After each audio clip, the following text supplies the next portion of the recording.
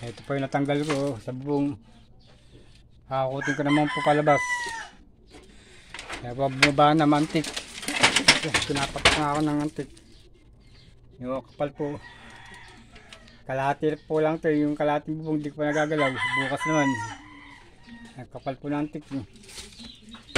Kaya nga po bumaba na. Pinapatak na ako ng antik.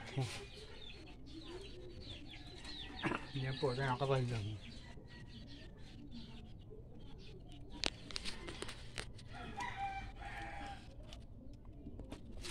Kabota nga ako yun.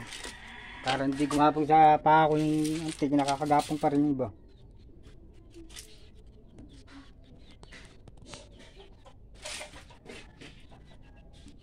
Lalabasin muna itong hagdan pagka ano.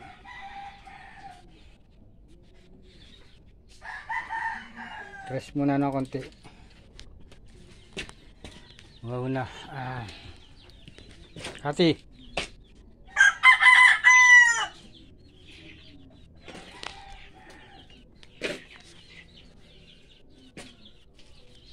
Kati.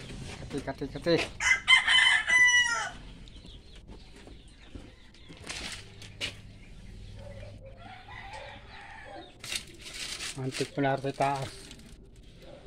Mamaya natin sa buwan.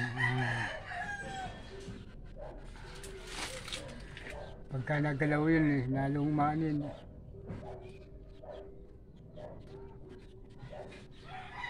Galit na galit kung saan man ako kumapit yan. Ayaw ko madadapot yun Nakakatawan ko rin ako kumakapit yan. Pagka nagalaw ko yan. Pero sanay na ako sa kagat ng antik. Parang therapy na sa akin pagka ako nakakagat.